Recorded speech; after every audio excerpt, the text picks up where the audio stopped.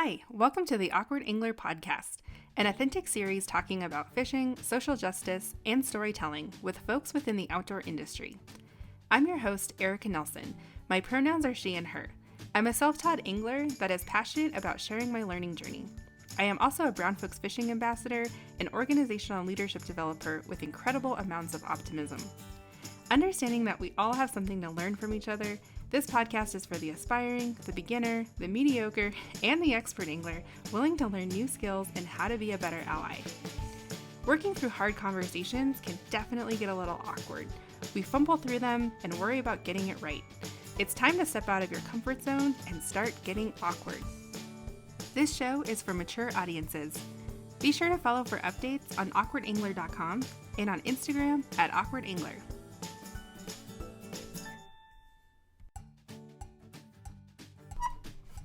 Hi, welcome to the Awkward Angler podcast, an authentic series talking about fishing, social justice, and storytelling with folks within the outdoor industry. I'm your host, Erica Nelson. My pronouns are she and her. I'm a self-taught fly angler that is passionate about sharing my learning journey. Understanding that we all have something to learn from each other, this podcast is for the aspiring, the beginner, the mediocre, and the expert angler willing to learn new skills and how to be a better ally. This show is for mature audiences. Be sure to follow for updates on awkwardangler.com and on Instagram at awkwardangler. This conversation is a continuation with Amanda Jameson and her journey finding employment in the outdoor industry. We talk about her leaving her recent position at Big City Mountaineers. I can relate on so many levels, as people of color face overt and covert racial discrimination from leadership as well as our colleagues. We discuss our personal stories, as well as share tips and pitfalls for recruiters and organizations looking to hire for diversity. So my name is Amanda Jameson. I am speaking today from the occupied territory of the Arapaho, the Oceti-Sakowin, the Cheyenne, and the Ute peoples, and probably more. Also known as Denver, Colorado. And I feel like I've been an outdoorsy human for the last 7 years or so, give or take. It has not been that long, but maybe it has been. It feels like it's been a long time. And I just really appreciate you having me on to chat. Yeah, awesome. Well, thank you. I'm really curious about your 7-ish years because I don't think you grew up kind of outdoorsy, whatever that means, however you want to. Because I definitely didn't either. So what was that experience like? How did you get into that? Yeah, so I grew up in southwestern Ohio on a 12-acre property that we used for farming for fun. So we had a garden, we raised chickens, and there was just a lot of grass to mow. And so I was outside doing lots of different things all of the time, whether it was chores or just being not cooped up in the house, walking the dogs, that kind of a thing. But had horrible allergies, and turns out that region of the country is like one of the allergy capitals of North America. Oh, I didn't know that. Yeah, fun fact. And so I didn't, like, going outside was not exactly like the most fun for me. It wasn't until I moved to Colorado in 2013 where I was like, oh, this is why people go outside. There are fewer allergens, and also there are mountains like right there. So first sort of got into the outdoors actually through a friend who told me about this hike that he was taking from Culebra in the south, and he was going to walk to and up each of the 58 14ers in the state. And I was like, people do that? And he's like, yeah, like people walk from Mexico to Canada all the time. And I was like, excuse me? And as a person who had been both like personally and like scholastically interested in movement and in what movement sort of does for and to us, it just really appealed to me. So I started through hiking things in 2015. So I through hiked the 485-mile Colorado Trail. I've through hiked the 2,650-mile Pacific Crest Trail, and half of the approximately 800-mile Grand Enchantment Trail. Wow. So when you got it outdoorsy, you just really hit the ground running. Yeah, walking, but yes. Have you ever been fishing? Once. I have been fishing once. It was, and I'm going to get this wrong, so I apologize in advance. Spin casting?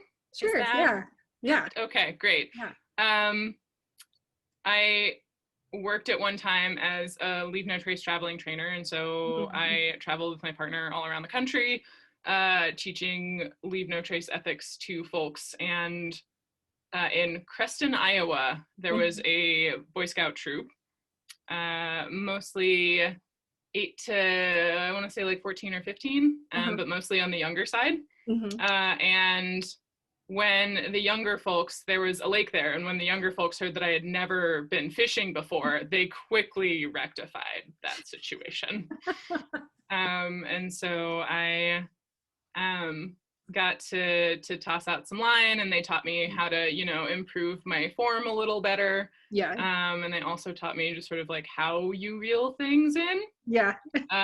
And so that was a really delightful hour, learning from the wisdom of the younger among us. And the amount of getting to know your like area that it involves and requires is really, it's a lot about connecting with the land in a way that, and the water, in a way that a lot of other outdoor activities seem to spiritually bypass that portion of it.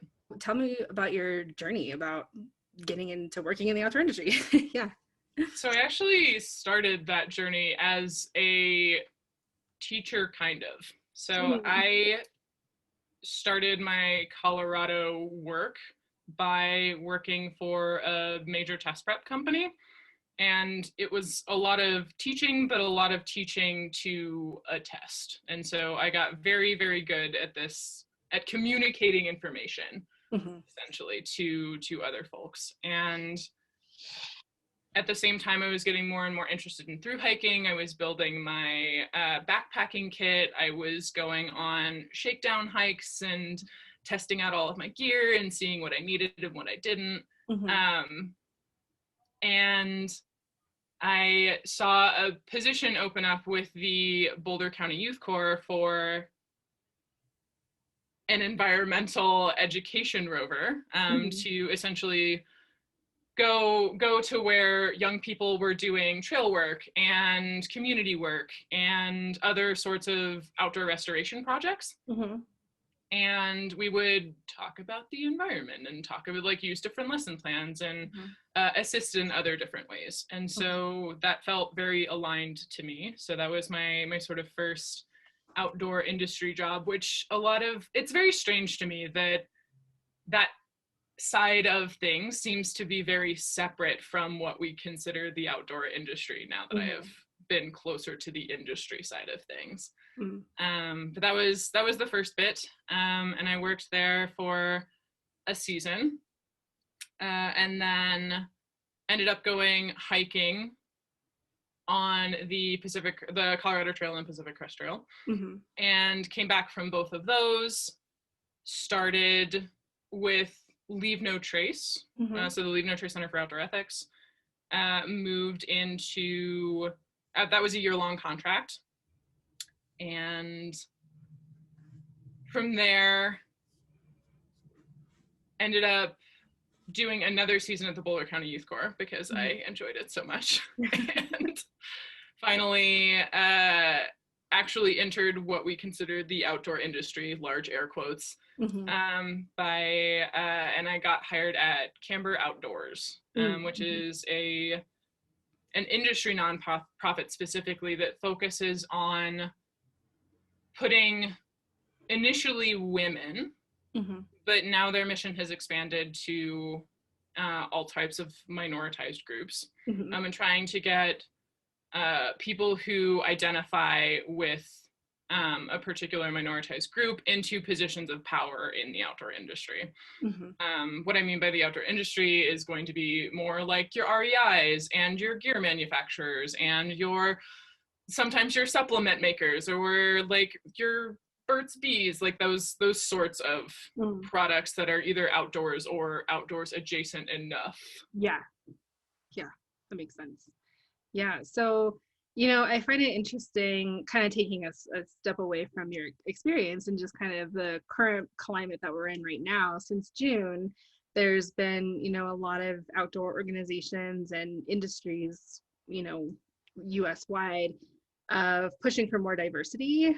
I mean, not only in their customer base, but their internal culture, from staff recruiting, hiring. So what do you make all of this, and kind of considering your background? So, like, how do you feel about that right now, about all of this change and movement towards diversity? For me, the last 6 months or so have been a lot about holding different truths that feel like they're opposing in tension with one another. And so on the one hand, I think that it's good that companies are after the sort of diversity, and could go on for hours about how good diversity is for business and how like diversity of thought is super useful in coming up with novel product ideas or meeting the needs of different segmented populations or doing all of these things. And also, I think in those arguments, we often elide the fact that minoritized people are people, and we have value for being people, and we do great work because we work very hard, and often we have to work a lot harder to get often less than our white counterparts, or our non-minoritized counterparts, whatever that looks like. And on the other hand, I have this feeling if don't say what you don't mean. Jumping back to Camber, it sounds like a great organization, right? So I remember looking into their mentorship programs, and I remember a job position opening about a program coordinator for their diversity, equity, and inclusion, and I almost applied for it. So tell me about your experience there, and what was it like working there, and was that the actual job that you had? It was. So you got the job I was thinking about applying to. I did. That was me. Yeah. Working at Camber, folks there were just really great people. They wanted to do good in the world. They knew how to execute on these programs. These programs had been running, I think, Pitch Fest, which is another one of their initiatives that allows a number of people the opportunity to pitch to investors at an outdoor retailer trade show. And I'm pretty sure that was in its second or third year when I arrived, and the mentorship program was pretty dialed in. And so like the people were great, and I found this to be true at other organizations that I've worked at as well. Like the people were great. The work itself is great, but what I think that we pay less attention to, particularly in this larger umbrella, particularly under this larger umbrella of industry, is that we don't pay attention to how things are done. And to me, how things are done is almost as important, if not more important, than what is being done. I think it's almost as important, because if it didn't matter, we would see more retention of diverse folks. We would see more diverse folks in the higher echelons of this industry.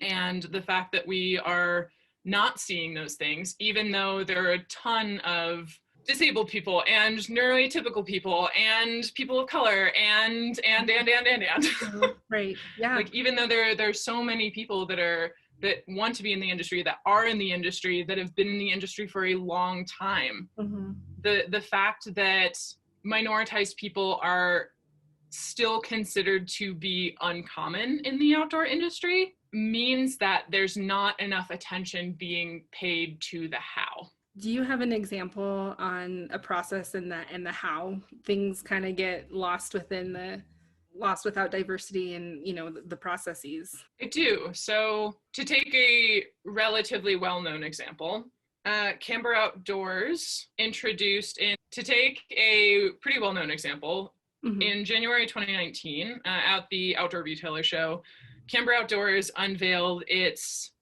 CEO Outdoor Equity Pledge. And there was a whole breakfast about it. They had a diversity consultant from Philadelphia come in to introduce it. There was a whole panel of board members to talk about it. It was a very big to-do.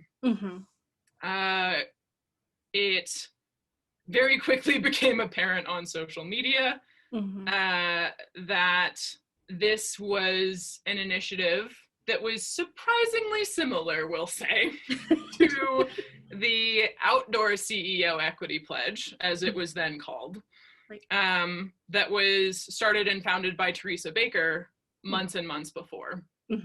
Some stark differences. Camber Outdoors as an organization at that time was majority white. Teresa Baker is a Black woman. Camber Outdoors is an organization that had at the time, it's a nonprofit, and so all of these things are public knowledge. It had a $1.1 million budget. Teresa Baker was working on a volunteer basis and recruiting other people with minoritized identities to volunteer to help out other companies and help other companies do this. And Camber works very closely still with the Outdoor Industry Association, who are the folks that put on Outdoor Retailer. Where Teresa Baker is widely known and widely respected in the industry, but to my knowledge at the time didn't quite have that level of contact. Maybe she did, maybe she didn't, I don't know. And this, to my understanding, based on what I was able to find out at the organization, was something, the fact that this Outdoor CEO Equity Pledge already existed was a thing that was known by people at Camber. Also, to my understanding, it was something that Teresa had reached out to talk to Camber about and thought that this was in Camber's wheelhouse and wanted to partner with Camber on. It's the idea of having an Outdoor CEO Equity Pledge and having, or an equity pledge in the outdoors industry more generally, and having companies, especially like big companies, sign on to it and pledge to do these things. Having all of that, I think, is ultimately a good thing. Right. And how it was done was not exactly what I would call equitable. Right. Yeah. And that's just one of many examples that could come up. Yeah. When it comes, that's just sort of like a very loud and well-known example. There are examples of everyday inequities that happen all of the time at organizations that also they may not seem like that big of a deal at the time. There are no stories in Outside Magazine about them, but they're harmful and they add up. Right. And they push wonderful people out of this industry, which is just so sad to me. Yeah, it is sad. I mean, yeah, my journey and my experience in working in a nonprofit at a big outdoor organization, it was painful to see the volume of turnover of amazing people for many reasons. But I would say on top of that was, not only compensation, that's like really a small reason in compared to constantly facing other issues like discrimination, for example. Or it's kind of going back to that, how they did things and how they inappropriately rolled things out, or different marketing campaigns that might not have been appropriate. I can go on and on. I've seen, and you're right, that is definitely not in any magazine. It's not anywhere. But we know, like, we talk to each other in the industry, especially people of color. So which is, it's so funny to me because a lot of what I sort of see in the outdoor industry, which is the way that certain companies treat minoritized folks that they work with Mm-hmm. is completely different from this public persona that they put on. And it often seems like they don't believe that we talk, but we do. Mm-hmm. And so a lot of folks who are deep in the industry sort of like know who the bad actors are. Yeah. And know the places that are trying their best but maybe not quite missing the mark, and they know the places that are trying their best and maybe not quite there yet but also doing a pretty good job in comparison. And so because the industry itself won't protect us, we have, unsurprisingly, because we do this all the time, have found ways to support each other and hold each other and hold space for each other in these ways, which I think is so, so important. Oh yeah, definitely. So jumping back to your experience, like we'll get to the community building and collaboration definitely and how we cope, but did you feel like you had that when you were at Camber Outdoors and you were kind of seeing this all unfold? Because you had mentioned this is your quote unquote first outdoor industry job. So what was watching that happen, that event happen as an employee working in diversity and inclusion initiatives? Tell me more about that experience and what happened. I was doing some research for Camber when I found out about Teresa's pledge. I found out through a blog post actually by Marinel de Jesus, I think. Oh yes, I know who you're talking about. Mm-hmm. And she wrote a series of blog posts that were initially pretty, other people might think that they were inflammatory, but I feel like initially they were pretty chill, and then they got more inflammatory the more that she was not listened to. Yeah. Oh yeah. That basically insinuated that this sort of idea, this sort of plan that Camber had did not originate with Camber. Mm-hmm. And so as a person who is naturally curious, I went digging and found out on my own that essentially Camber's pledge was shockingly similar to Teresa's pledge. Yeah. And when I brought that to my supervisor at the time, there wasn't a no, right? Mm-hmm. I didn't come with like, I am going to accuse the organization of all of these things, because like that's not how you approach things. Right. It could have just been a simple misunderstanding. They could not have known about Teresa's pledge. They could not have, all sorts of things could have been going on. Yes. So I simply asked the question, like, do we know, like, there's this other thing and we could totally be collaborating, and like, do we know about this and do we want to collaborate, rather than just sort of bringing this out on our own? And what came out in that conversation is, yes, we know. It's unclear how much that we have tried to work with Teresa, but it is a touchy subject, and no, we're not going to work with her. One of the bigger things about the Camber pledge, to my understanding, when it first came out, one of the things that people were understandably upset about is Camber's language behind the pledge as the first and only pledge of its kind in the industry. Yeah. That was something that I tried to take to the organization, to be like, hey friends, this is neither the first nor the only, and I really don't think that we can say that. It would be like, if this is something that the organization is set on doing, then this isn't something that we should be saying. Yeah. And those concerns were essentially brushed off by folks in the organization. I found all of this out about a month before everything became public and exploded, shall we say, in the ways that it did. Yeah. And in the meantime, I was able to have conversations with Teresa and reach out and be like, this is something that I think that is being stolen from you. My words. Yeah.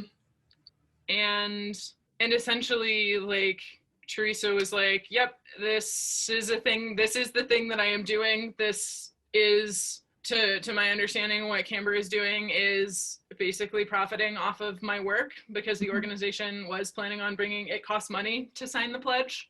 And so the organization was going to be making money. An organization that's supposedly about diversity was going to be making money off of an idea that a Black woman was not only implementing, but was implementing for free. And this at a majority white-led organization. Clearly that did not feel good. And while I had to stick around for a while longer to ensure my financial security, and I like talked to Teresa about it, I was like, do you want me to quit now? Like, it would be much easier for me to quit like in a month so I can start to save as much money as humanly possible, because this was kind of my entire income. So is it like cool if I stay for another month? And she was like, you don't even have to quit. You can just do, like, I understand that like we got to make money how we got to make money. And so like, if you need to stay, then you need to stay. And I was like, no, I'm going to leave.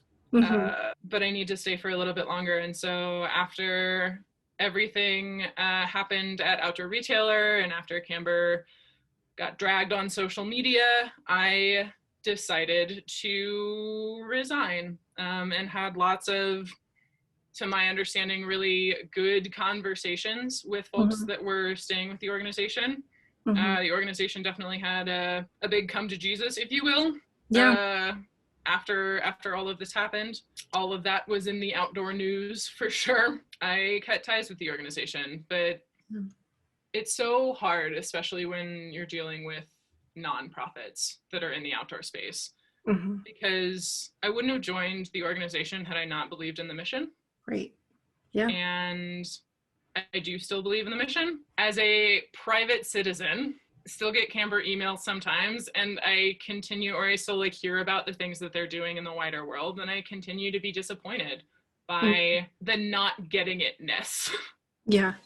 Right. That they seem to be displaying. I get the not getting it-ness, because I also want to believe, like I said, I was really fascinated by their mission and the work that they were doing with mentorships. And, that was like a path that I was, wanting to go on. And I see that they're still doing well. They're still in business. Yeah.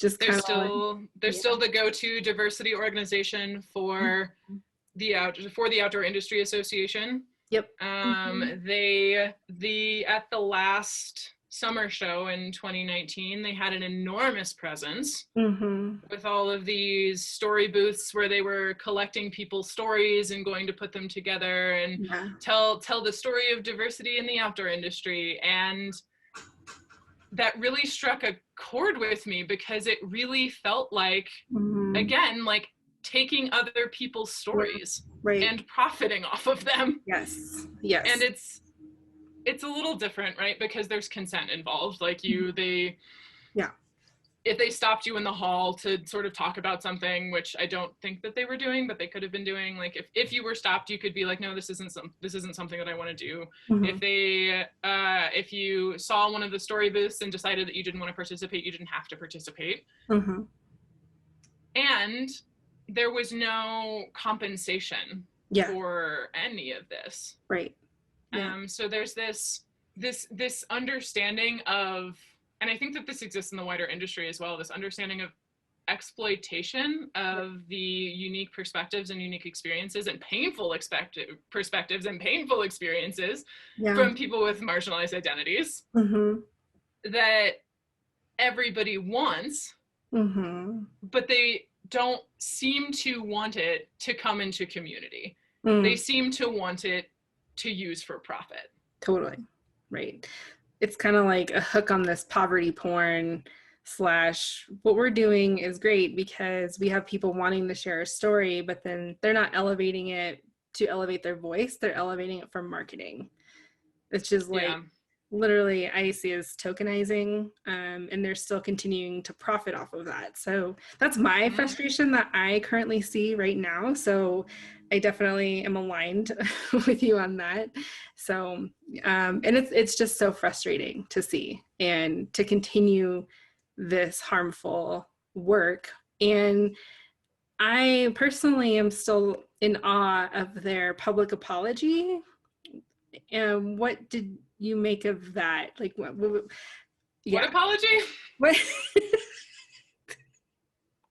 I'm only half joking about that. I know you are. If we can talk about apologies for a second. Absolutely. Yeah. There are a couple of things. Like, I think that apologies are really important, right? I think that as we exist in the world, we are going to cause harm. Yes. And apologizing is not something that I think that we are taught, or that we're taught to do very well. Especially in a white-led organization. Yeah. There's this tendency to want to hold on to this concept of yourself, and maybe this is a whole nother topic, but this concept of yourself or your organization as good, with a capital G. If you admit that you have caused harm, you are not good. One of the more useful concepts, I think, that's come out of a lot of justice, equity, diversity, and inclusion work is this concept that, like, we're not good or bad, we just are. Right. And the concept of, like, causing harm versus attempting not to cause harm, I think, is a little bit more useful. But only more useful in the context that all of us are going to cause harm at some point or another. People, individuals, companies, everybody's going to cause harm at some point. And so apologizing is a really, really important part of repairing the harm that has been caused. But an apology that is meaningful has to have a couple of things. It has to include the words, "we're sorry for." None of this, "I'm sorry that you feel that way." Because that is a lot of apologizing, particularly in the PR world. Yes. It's just, "I'm sorry that you feel that way." Totally. An apology that is meaningful not only contains the words that "I'm sorry," but demonstrates an understanding of the harm that has been caused and directly addresses it. Doesn't try to make it look nice or neat or pretty, but explains not only the incident that occurred, but also the impact of that incident. So it demonstrates not only a knowledge of what was harmful, but an understanding of how this has harmed the community, even if it is between individuals, how it has harmed the community. Right. To have these two individuals out of alignment. Right. Or this organization and this individual out of alignment, or the organization and a community out of alignment. From there, it says very plainly the action steps that an organization, a person, whatever, is planning on taking, right, in an attempt to repair the harm. And that, to my mind, has to include contact of some sort with the aggrieved person party community. And based on the needs of that person party community, it doesn't have to be direct contact, it doesn't have to be whatever, but it needs to meet the needs for repair of the person who was harmed. It can't just be, I'm going to donate, like, we're going to donate $1,000 to this organization that has nothing to do with the person that was harmed, and that is simply an organization that probably does good work, but doesn't really have anything to do with the situation. Last, and they're all important, but yes, the last and most meaningful for me personally part of an apology is a demonstrated devotion to not doing it again, to finding ways, whether that's through organizational training or therapy or whatever it is, right, finding explicit ways to not repeat the harm-doing behavior. Because an apology is not a free pass. Totally. And an apology, particularly based on my experiences in the outdoor industry, an apology is meaningless to me without change. Right. Like, if you continue to perpetuate the harm to me, yeah, as a marginalized person, then you're not really sorry. You're just sorry that you got caught, or you're sorry that this bad behavior was pointed out to you. You're not actually invested in invested with your time, because it often takes a lot of time to do this kind of thing. You're not invested with the energy, because it is exhausting to repair harm. It's often it can require an entire perspective shift. Oh yeah. To repair harm. And quite frankly, it takes money. Yeah. And those three things often are what is deemed to be too much when it comes to an apology. Part of me is like, yes, that's understandable, like especially in the year 2020, where so much has happened and all of our lives have been reorganized and it's all very stressful, and all of these things are coming up and happening. Like, on the one hand, I get it. And on the other hand, I, as a marginalized person, have to deal with all of that and this other stuff that is being put upon me. If the industry is as devoted as it says it is to making actual change, those things are necessary. Yeah. Those are necessary conditions for doing this work. It's one thing, I think, to openly say, this isn't something that we have time for, this isn't something that we have energy for, this isn't something we have money for, which I think are not good enough excuses, personally. I agree. But I also, in a way, have come to appreciate that honesty, because it is the organizations that step forward and say, hey, this is some bullshit, and we have decided as a collective that we would like to oppose this outwardly and inwardly. This isn't something that we think that we would like to uphold, and we are going to work to dismantle it. It's those organizations that say those words and then start to do the work and understand that this is the work of lifetimes. This isn't just like a put a Band-Aid on it and we're done kind of a deal. This isn't a checkbox like you were just miming. This is work. This feels very strange and awkward and weird to say, but I would much rather an organization say, like, we don't have time for that, and so I can be like, okay, this is not an organization that I want to associate myself with. Rather than an organization that's like, yeah, we're super excited, we're going to be doing the work, and then I get involved with an organization and then they don't want to do the work, and I'm like, yo, what? Exactly. Like, what? Yeah. What I've been seeing that a lot in the fly fishing industry, where some people are kind of on this camber train. I think there's actually this one company that hired camber, which I find ironic. They'll eventually figure it out, and I think this is going to be a good episode for them to note the apology outline and that you put so clearly.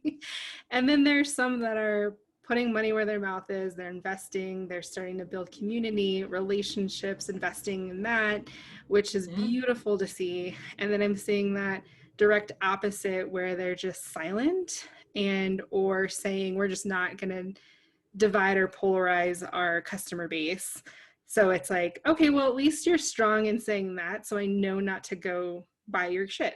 Yep. People are uninterested these days in organizations that are willing to stay on the sidelines. And as the famous quote goes, if you are neutral in situations of injustice, you have actually chosen a side, to paraphrase. 100%. Thank you for that. And you had really outlined that really well. And I'm excited to dive in more later. So kind of back on, camber and this cancel culture, how do you feel about canceling camber? Cancel culture is just something that I struggle with so much. Because, and I say that because it's not that I don't think that it exists. To go completely the other way and quote the Princess Bride, I don't think that means what you think it means. Yeah, tell me more. January of 2019, when all of this came out, everybody was understandably mad. And so I think that one of the things that quote unquote cancel culture tries to tell us is that the incidents, the actions that people are being canceled over they're not really that big of a deal. They don't really matter that much. You're making too much over nothing. And so I think it's important to point out that people were understandably mad that a white-led organization that is supposed to be about diversity stole an idea from a Black woman. Like, that is a big deal. Right. And so it would be different to me if Camber had had all of their contracts canceled and, the Outdoor Industry Association wanted nothing to do with them and they were no longer welcome at outdoor retailer and nobody was hiring them or no one was contributing to them to list jobs or any of that. It would be that to me would mean that Camber was canceled. Yeah. It would also be different to me if Camber had taken this as an opportunity to change the way that it does business, to hire a permanent executive director of color, or to hire a minoritized person for that role. If it wasn't mostly cis women as a part of that organization, it would be different. If it were also women who are immigrants who wanted to get involved in this sort of, if Camber had shown active change and still not been able to get all of this work that had been canceled on them, to me, that would have been cancel culture. Yeah. And I don't think that's what anybody was calling for. To me, it seemed like people were calling for, and what's being called for in most cases where quote unquote cancel culture is coming to an organization because of something that it's done is accountability. Ooh, yeah. Organizations are trying, whether you are for profit, whether you're nonprofit, an organization is trying to build a relationship with, it is trying to interact with people, which means that it has a community that it is trying to speak to. Yeah. And by trying to speak to that community, by trying to serve that community, whether it's with products or with services, whether those products cost a ton of money or are free, that is a relationship, and that requires relationship building and community building, and creates a community around these brands, these organizations, these products. Yeah. And so what people most of the time are calling for, particularly if you are a member of that community, is accountability for the harm that has been caused. But to go back to the Camber example, that's not what happened. Right. They still have a huge connection, a huge contract with the Outdoor Industry Association. Right. They still are supported by all of these enormous companies, Patagonia being one of them, to my understanding. They're still hosting webinars and having the mentorship and doing all of these different things, and are essentially being allowed to operate within the spheres of power as though nothing happened. Right. And so we can cry cancel culture all we want about Camber. Camber was never canceled. There was a little bit of accountability in the form of the executive director shift. The big announcement happened in January 2019 at the winter show, and at the summer show, there was what I believed was meant to be a public accountability display that Dr. Carolyn Finney, moderated, that involved then interim executive director Diana Sung, that involved Teresa Baker, and that also involved Lisa Engenberg, then of Outdoor Industry Association. There were a lot of very pretty words that were said there, not an actual apology to my ears. Dr. Finney said some fantastic things like pay people of color for their emotional labor, which I will repeat here yet again, pay people of color for their emotional labor. Yes. This meeting that was supposed to be about accountability ended up being a both sides meeting to my in my experience. Being, this was my side, this was my side, so make up your own mind kind of a meeting. And when asked what Camber was actively doing about this to repair harm, because I got up and asked a question, because of course I did. I was given a non-answer. And when I turned then to the Outdoor Industry Association and was like, the same 10, 15 people are your diversity people in this industry. And so what are you doing about that to change that? And I was told, we're working with these people because these are the people we know. So if you know anybody, get in touch with us. And I tried to. I tried to, pulled up Instagram and walked over to try to chat with some folks after the session was over, and could not find the person to chat with. We have this desire, and I think it's a very human desire to again, going back to this idea of like goodness with a capital G, this desire to want to protect our own understanding of our own goodness, and this thinking to where if we make a mistake, then we're bad with a capital B. And there's a lot of shame around that. And because we're starting to, in US culture, to get more narratives of redemption. But like, that's not something that particularly, I would say, people older than 35 have really had in their media. Yeah. It's just like, if you're bad, you're bad. And there's no redeeming you, and sorry, shrug. Yeah. And so we have this feeling that if we make mistakes, we are bad with a capital B, and we can never be redeemed. And that is a thing to be ashamed of. And that is a thing to hide. And that is a thing to like try to work against and to try to be good. But you always have this understanding that you're bad, when that's not at all the way that anything works. We all make mistakes. Yeah. A lot of us are going to make really big mistakes. If we decide to keep this concept of goodness around, to me, like what that would mean is that when we make mistakes, we are accountable for those. And that is that going to involve some canceling? Like, maybe. Yeah. Like, is that going to involve a loss of revenue, of income, of community, of maybe. Yeah. It might. It's something that you have to continue to work through and continue to work on and continue to try to do better. People who want to, like, if you make a mistake like that, people who want you to succeed will notice if you're doing better, and they'll talk about it. I would love to sit here as, again, a private citizen and say, hey, I am super stoked about the work that Camber is doing. Everybody should go take a look at the work that they're doing, because I think they're doing a phenomenal job. I would love to sit here and do that. Like, I would love to set up a fundraiser for something like that. But I can't do that because there hasn't been any accountability, and there hasn't been that demonstrated change of behavior that is necessary for an apology to stick. And so what I think that actual cancel culture is, minoritized people who have had enough, and they speak out within an organization.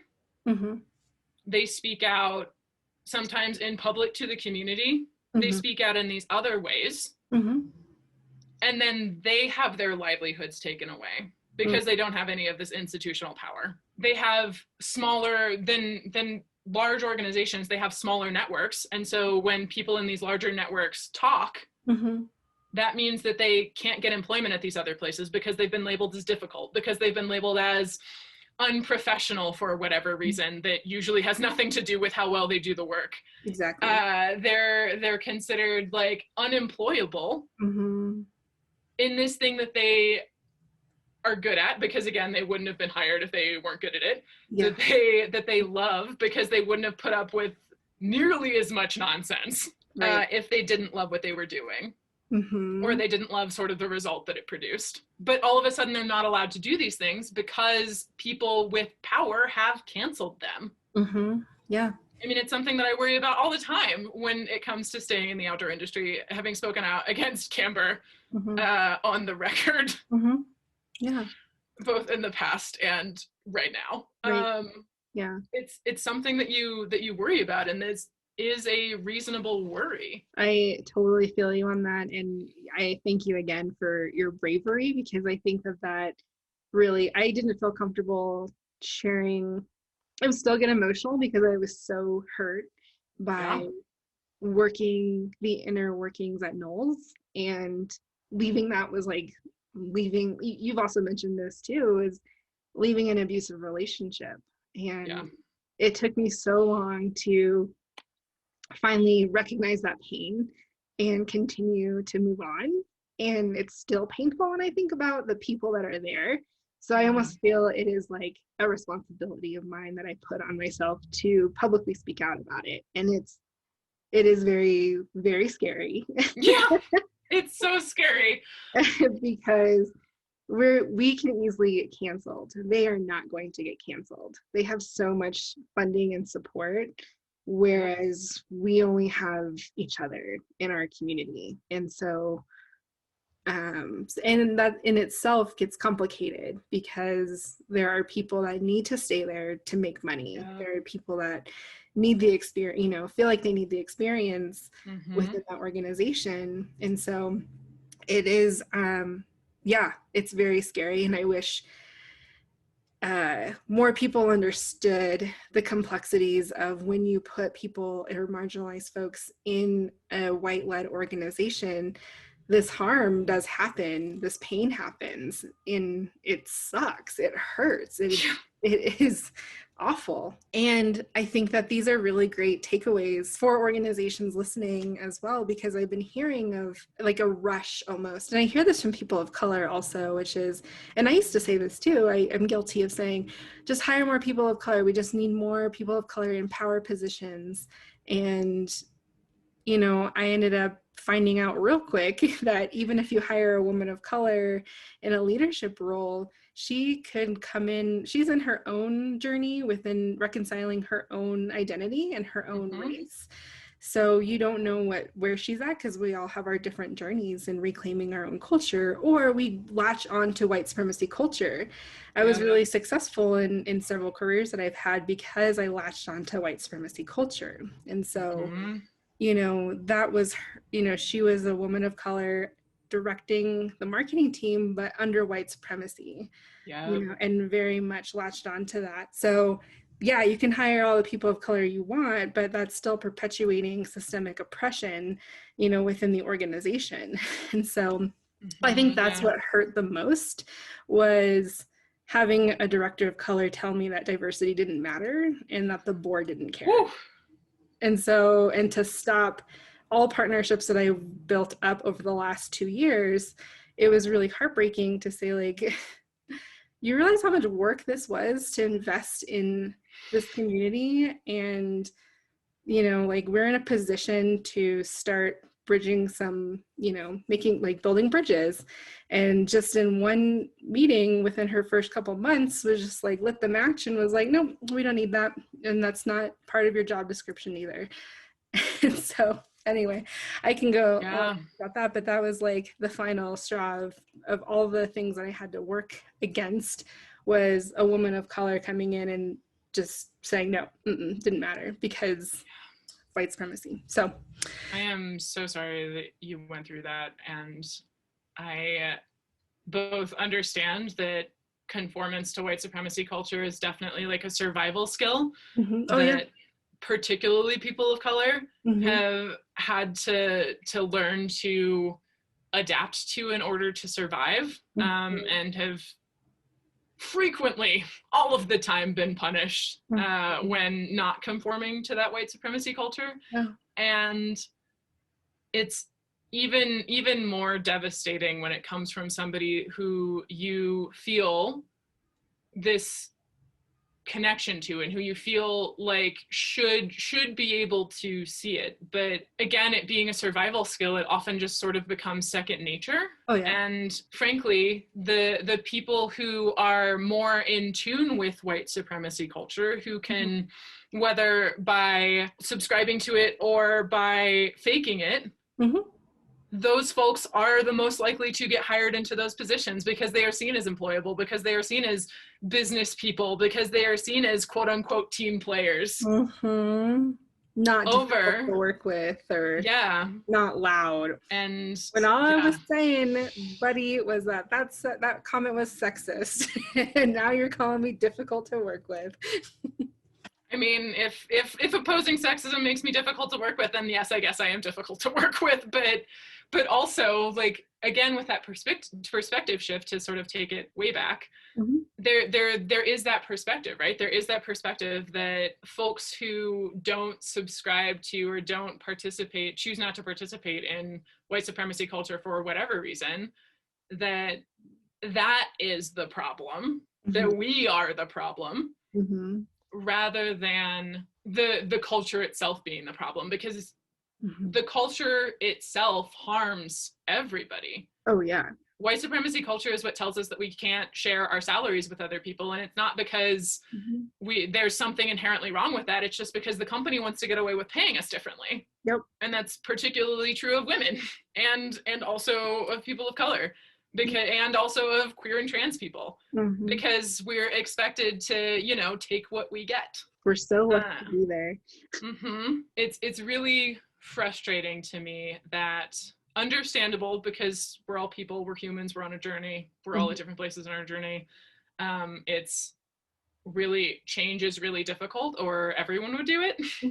But it's so hard to see on the day-to-day, both in the industry and the wider world, like how we cling to white supremacy culture, especially in the workplace, because we are like, A, it's what we know, B, we're scared of change, C, it's hard to change, and D, it's gotten us where we are. So there is also this like element of fear.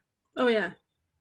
That like if I change, and based on the way that we've set up society, like our job is work is very deeply connected to our ability to survive. And so if we try to buck the system, if we try to resist white supremacy culture, if we try to change the white supremacy culture in the organizations that we're a part of, which I think that simply for minoritized people, simply our existence in that culture is an attempt to change that culture, even though that's not what the people doing the hiring, I think, would think or say. But our very existence is a resistance to this white supremacy culture. And if organizations didn't want the culture to change, again, like, not that I don't want it to change, but I wish that they would be honest with themselves. Yeah, exactly.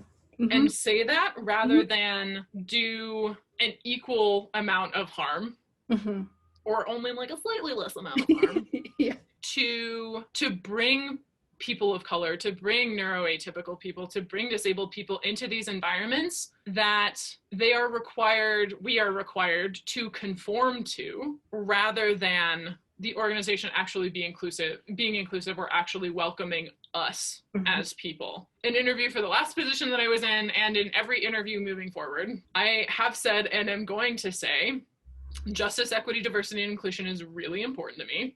Emphasis on the justice part. Right. This is a topic that I cannot and will not let go of as a person. Right. If I see something that is unjust, if I see something that could be better, I am going to push this organization to include, like, to address that, to be inclusive, to address the how. Yeah. As well as the doing of the thing. Yeah. And if that is not something that you want from me, you need to not hire me. Wow. You need to do us both a favor and pass over me for this position. Because I think that those are really valuable skills. Those are things that every organization needs. Yep. Every organization needs to be kept on its toes. Every organization needs to be changing with the times. Every organization needs to be learning and growing. And it doesn't matter if you're nonprofit, it doesn't matter if you're for-profit, you can be better tomorrow than you were today, but you have to be willing to make those changes. Like, you update your computers, IT, marketing campaigns, why not also check your, JEDI work as well? Yeah, and your culture, right?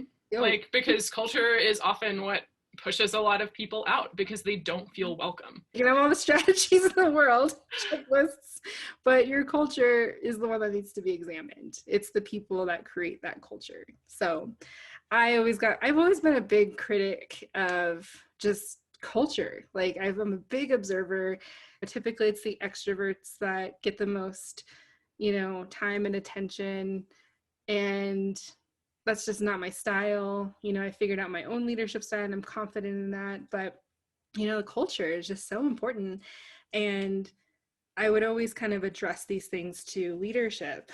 And, some of them didn't even know where to start or what to do. But that's been kind of the main drive and the passion behind the work that I do, because I get to examine culture and talk about it, open and honestly, and not trying to hide these things away, but because we're ashamed, about them, but really bringing them in to improve, and make improvements, and really kind of visit that reconciliation, of, okay, we've done some harm and here's how we can, create better impact moving forward. So culture is huge, definitely.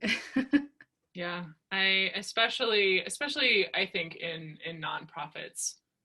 There are a lot of nonprofits in and around the outdoors, and a lot of them are programmatic, and a lot of them rely more than they like to. So organizations that, serve X number of youth in a year, and those numbers are to be commended. But what they take for granted and what they don't see is the employees that are working their asses off behind the scenes to develop these relationships and to build trust and to talk to parents that are really concerned and to talk to youth agencies or whatever. To build those relationships is an enormous part of the work. And if by ignoring culture in an organization, those are the relationships that you're jeopardizing. You're actually, by not paying attention to culture, you are jeopardizing the work, what most people would call the work, because it's all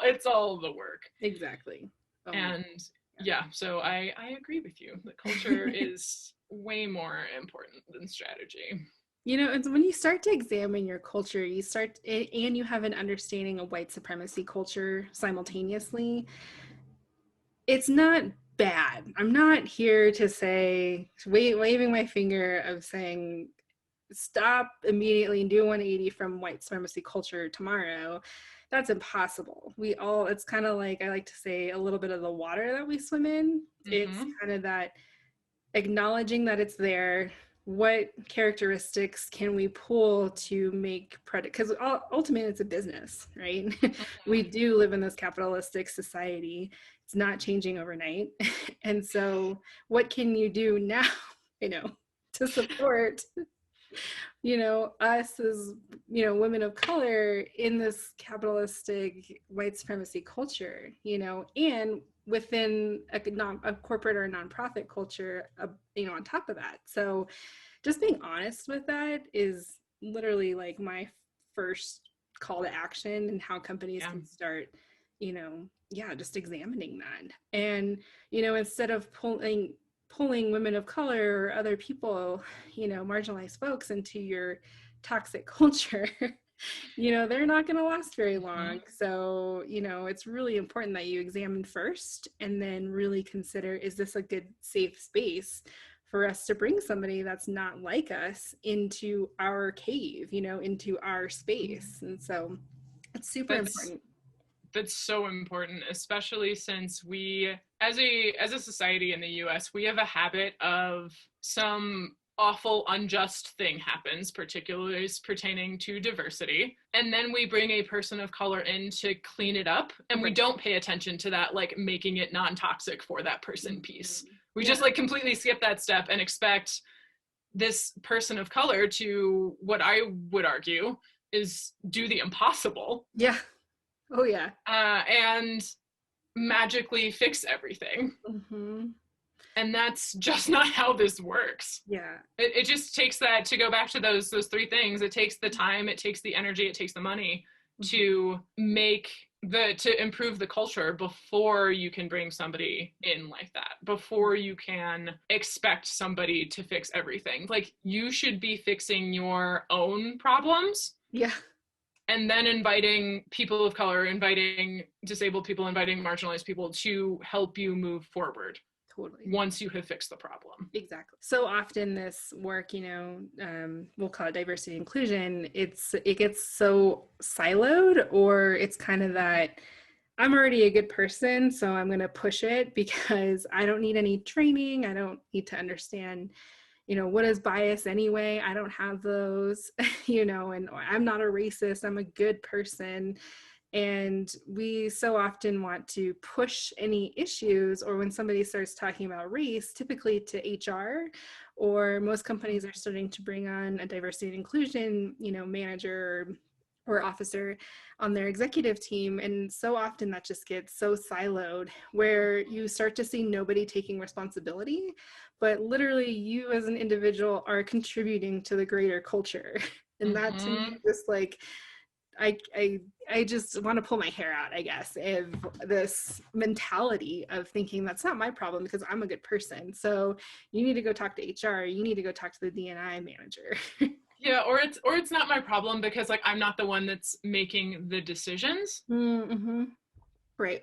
Because they're like, whether you're in a 10-person organization or you're in like 1,000-person organization, yep. things, if you are doing anything as a representative of an organization, what you are doing and how you choose to do it holds weight. And I think that most companies would agree with that, thinking of like Zoom meetings with clients, for example, right? Like you're expected to have a certain level of professionalism. You're expected to dress a certain way. You're expected to carry yourself as though you are a representative of the company. But there is very little internal reflection as to how the culture creates these expectations and how the culture not only creates these expectations for clients and for people that you work with pretty closely, but how it affects the wider work, whether you're in a nonprofit or a for-profit. Because everything that the organization does has an effect on not only the appearance of the organization, but it has an effect on the world that we live in. Like one of the reasons that I personally am still so feelsy about the Canberra Outdoors nonsense was because it affected the community in particularly marginalized communities in a really deep and like very harmful way. Yeah. And not for everybody, but for a lot of people. Right. It not only was harmful that this happened in the first place, but it was incredibly harmful to see the reaction. Yep. And to see that Canberra, to come back for the summer show and to see that Canberra was still in charge of diversity and that Canberra was still allowed to speak on these topics that they made pretty clear to most of us that they did not understand. Totally. And that they were still in this position of power. That was incredibly harmful. And that they're still considered an expert on, I'll say equity, diversity, and inclusion. I'll leave out the justice part. That they're still considered an expert in this field when there are so many people of color-led organizations, when there are so many other organizations led by marginalized people who have direct experience of what's going on, who have direct experience of being harmed by this organization that is supposed to be speaking out for them, that has claimed their voices at different shows for their own purposes. That I don't think that organizations understand how much lasting harm that does. Yeah. And I don't think that was intended to be like a harmful decision by OIA to keep Canberra on as like the diversity folks. I think that it was very much you messed up, but we want to show you that we still support you. And so like you'll have less of a presence or less of a budget or whatever it was that was different from one show to another. I don't know that it was different, but if it was, like we'll change it in this way, but you'll still be held and supported and cared for. Like, I don't think that was a decision made in bad faith. It was a very harmful decision.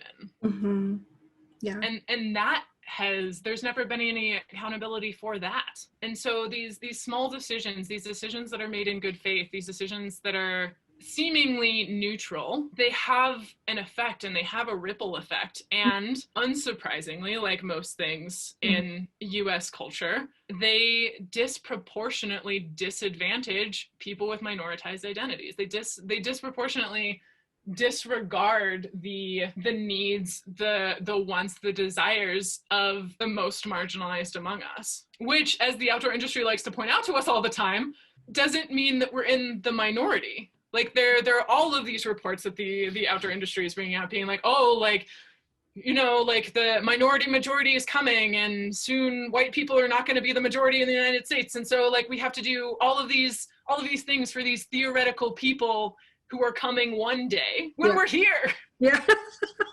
We're right here. We're doing the things. We're trying our best to make it in a system that you're supposedly like trying to adapt for the future, but you're not adapting for the future of us as people. Right. You're adapting for the future of us as consumers. And quite frankly, it was never enough, but it is especially not enough anymore. I think what I'm seeing for a lot of the hesitations from organizations is by not clearly understanding the impact that Canberra had. They're only seeing, I don't want to be blasted, You know, I don't want to be seen as negative, so I'm just not going to say anything. We're not going to pick a side, right? So in theory, they actually are, or not even in theory, they really are picking a side of, you know, by silence, right? And they're only scared of the lack of, like, seeing the lack of accountability, I guess. I don't even know what they're scared of. It's just, I guess it's just very superficial. It's like that I don't want to get blasted. Yeah, right? they're scared of getting like pulled into it with them, right? Right. They're scared of being looked at too closely. I believe it's because they're scared of being looked at too closely themselves, because they know that there's some nonsense going on behind their walls. Exactly. That is my understanding. And it's interesting because, again, accountability doesn't mean canceling. Like, I don't necessarily think that like all of Camber's sponsors should just immediately pull out and there like shouldn't be a conversation. Right. What should happen is conversations. So those organizations should reach out to parties who have said that they have been harmed by these organizations. They should learn more information. They should learn what it would take for organizations like Camber to make amends, to come back into community with the folks that have been harmed. They should be asking a lot of questions. So I would love to see sponsors be more involved with the organizations that they sponsor, not just like hand you caveats to that though. I think that in the case of harm, I think that it's really important for sponsor organizations to stop, to talk to their contacts in that organization, and not necessarily like, I think that when we think of like sanctions, we think of like, oh, like this money is coming with like a lot of other reporting requirements, which I do not think is good for nonprofits at all. But I do think that they should be asking questions like, okay, what happened here? What's going, like they should both approach the harmed party and the party that caused harm to be like, okay, what happened here? What are you doing about it? Yeah. What is, these are the grievances that the person who has been harmed has. We think that these are also a big deal. Yeah. What are you doing to address those things? And then following up and being like, okay, you said that you were going to be more talkative on social media about that. We haven't seen a social media post about this in 6 months. So is it actually something that you're working on, or is it something that you're telling us that you're working on because you want more funding? Internally, like, or like, and there are some organizations that do turn it around, right? That do like come back, that do their homework, and they come back and they're like, this is something that we're working on. And like, here is a short 5-minute presentation on the things that we have learned so far and how we're implementing them. Like, it doesn't have to be like an 8-hour meeting, right? Like it doesn't have to be like anything huge or long or particularly burdensome for the organizations that need to come back into community. Organizations also are just like, well, like, what can we do? A lot. Like and try to stay consistent on it, right? Like the thought, particularly for nonprofits, but like the thought of not getting as much funding as you've previously had is huge. And so a lot of pressure can be put on an organization to change, simply not even threatening, but putting the option on the table that this isn't forever. And while we would like to support you, we need to see some change. And we're not telling you what that looks like, but it certainly looks like not losing 3 employees in 6 months at a 10-person organization. It certainly looks like not those things, right? Like there's so much that an organization can do. Like even thinking of like larger organizations sort of like helping out nonprofits, right? If your larger organization is doing diversity training or has a diversity consultant around, invite one of the people from the nonprofit to sit in, offer to pay for diversity, whatever, consultant training, books, whatever. Offer to pay for those things for those organizations. Or offer to staff share.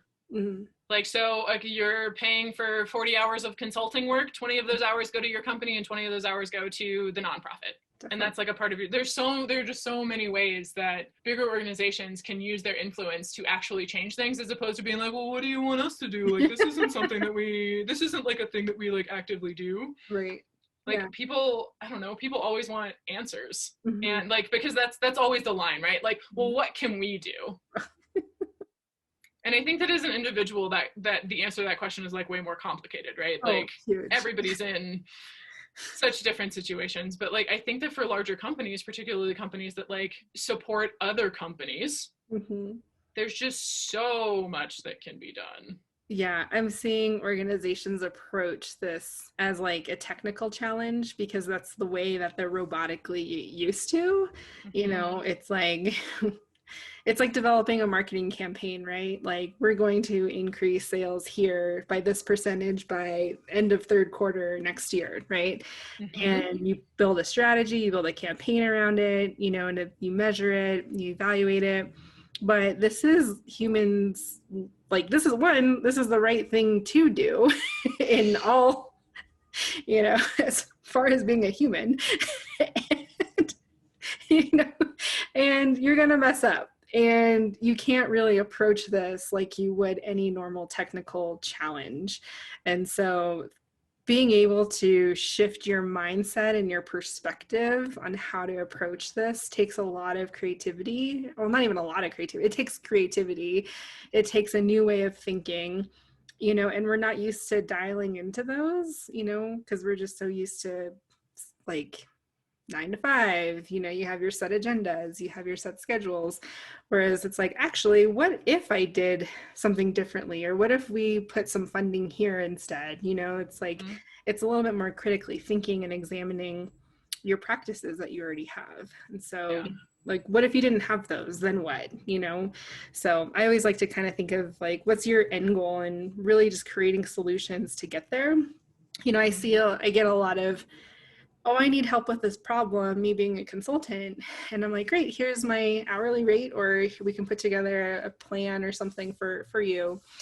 And they come back with, well, I don't have any money. And I'm like, okay, well, let's think here. You know, there's so much to that in and of itself. But I found some really creative organizations that have either done the same thing of sharing hours, you know, like, okay, we'll spend, you know, if we go in on this together, you know, we're working and holding each other accountable, and we're both kind of sharing this resource. So these things are not really thought about or talked about often, or, you know, even the idea of decolonizing the way that we exchange, you know, monetary, like financial exchanges. It's, you know, I could use some help with our branding. We could use some help with our website. We, you know, there's other alternatives to currencies as well. So that, you know, we're not always operating in this, like me as a woman of color, I'm not always operating in this capitalistic mindset. So I always love when someone can come to me with a creative solution to kind of to continue their journey and being better and more equitable and having that accountability. So, you know, so after Camber, you went to Big City Mountaineers, is that right? I did, yeah. Yeah. I was super excited. In my interview, I said some version of JEDI is work that I am very into. It is the reason that, like, the inattention to it is the reason that I left my last position. And this isn't something that I'm going to stop pushing about. And if that's not something that you want, then we are not a good fit. And I am totally willing to pass up this job if it's not a good fit. Right. And that is something that you should know just ahead of time. They brought me on. And everything was pretty solid until the coronavirus came around. I think that there's a lot behind that, right? We discussed it a little bit already. I think that it's a huge change for folks. Just a lot of people are losing their jobs, and a lot of people are seeing decreased income in other ways, and a lot of people have other things that they need to worry about. So, like, for example, like some of my coworkers have children. I don't have children. Like, I don't have to send them to school. I don't have to worry about like that aspect of the coronavirus. I rent, and so yes, I have to worry about my rent, but I don't have to pay a mortgage. Like, I am a single income household, and so I'm not worried about, like, suddenly I'm worried about my income being gone, clearly, but I'm not worried about, like, my partner or spouse or the people that I live with losing their income and having to try to sort of figure that out in community. It's all, and being on the younger side, being on the younger side and being privileged in the ways that I am, like, if things were to get super duper dire in terms of finances, like, I have people that I can fall back on. And maybe not forever, but I personally am not going to go straight from doing well to not doing nothing. With the oncoming of the coronavirus, like with the coronavirus, things of course it's a program-based organization. Every year takes out between 600 and 1,000 kids into the backcountry, often for week-long wilderness experiences for older young people, and then for younger students, just an overnight experience, but usually the first time that they've slept out or camped or done any of those things. There was a lot of confusion, concern about whether or not it was ethical to have a season. And ultimately, the organization decided to say that the 2020 season didn't seem feasible with what we were seeing in the coronavirus and what we didn't know about the coronavirus, and understanding that even in those times, that the organization serves about 70% students of color. And most of the people, for various reasons, who are dying from the coronavirus are disproportionately minority, disproportionately people of color, for a whole host of reasons that we don't need to get into. But shortly after that decision was made, George Floyd, Breonna Taylor, the news about Breonna Taylor came out, the news about Ahmaud Arbery came out, the news about so many, Christian Cooper came out, and then the news about George Floyd broke and started a summer of uprisings, and started for me a need to say something. It seemed to me that as an organization that is primarily white-led, and as an organization that primarily serves youth of color, that it was going to be harder to build trust with the youth agency partners that we serve, that are often led by people of color, and with our students themselves, who, as much as we like to think of like young people as, you know, carefree and skipping about outside and doing all of the things, like, they are very deeply on social media, and they pay attention to the organizations that they work with, and they pay attention to like what goes on online. They're watching. So don't discount the young people. Oh yeah, because they're paying attention. Yeah. And so I thought it was really important that the organization say something about all of this. And BCM did. Came out and made a statement about Black Lives Matter, and also made statements on social media about the steps they wanted at the time to devote the organization to being anti-racist. And to me, as a Black woman, that means something very specific. Like we were talking about earlier, that doesn't only mean sort of in the we're going to take a look at our curriculum kind of ways to see the ways in which it might be subscribing to white supremacy culture. But to me, that also means taking a look at, again, how the organization does the work that it does, and attempting to make that anti-racist as well. Anti-racist action steps were released with staff approval, and there was a lot of pushback in the wake of that posting. When the words anti-racist were used, I don't think that the organization had an understanding of like what the scope of that really is. Because yes, there is the don't be racist part of it. Yeah. But I think it's difficult for people who have, particularly white people, who have grown up swimming in white supremacy culture and who have never had much of a reason to question it, particularly as a whole, versus the aspects of it that are negative for them, to really have an understanding of what it means to actively attempt to subvert white supremacy culture, which to me is anti-racism. Like, anti-racism is a verb to me. I know it's a noun, but it's no, I'm but to me it's a verb. It's about, again, that time, that and the particularly energy in 2020, when all of us are so tired. Yeah.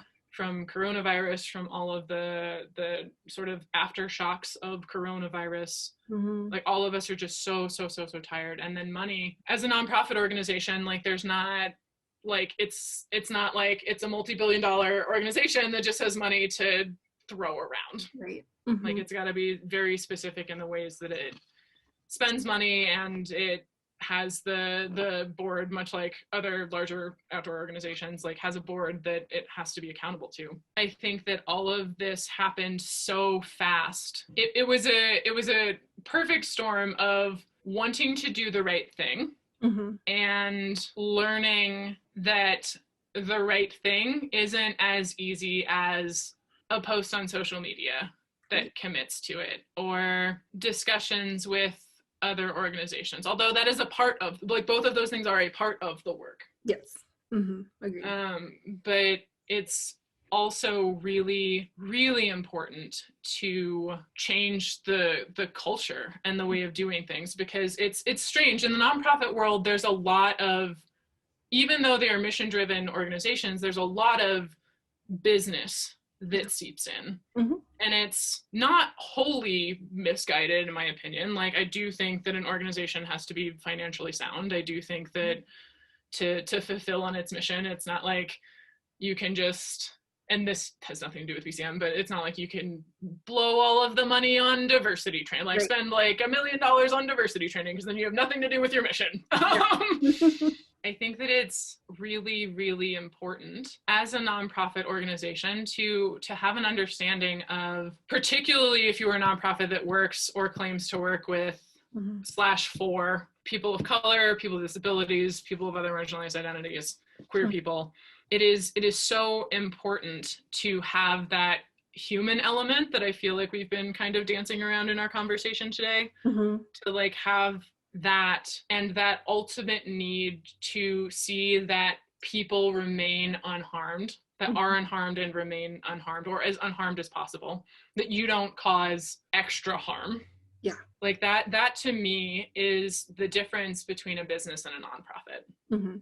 But I've seen, and what I've had lots of conversations about now with other folks who've been sort of in the nonprofit space, is that the people who are in positions of community building and relationship building, and who are interacting with people in the community on the regular, that those folks come from that perspective. Those folks come from that, like, do the least amount of harm possible sort of perspective. That desire to do no harm, which often manifests itself as a like desire to help people.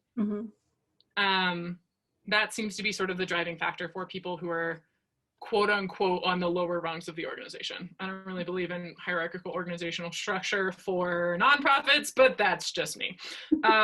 Whereas people who are on the board, people who are usually in executive director positions, director positions, usually those folks are coming from a business background. And so that is the way that they know to do things. Yeah. That is the way that has worked for them in the past. So why change those things?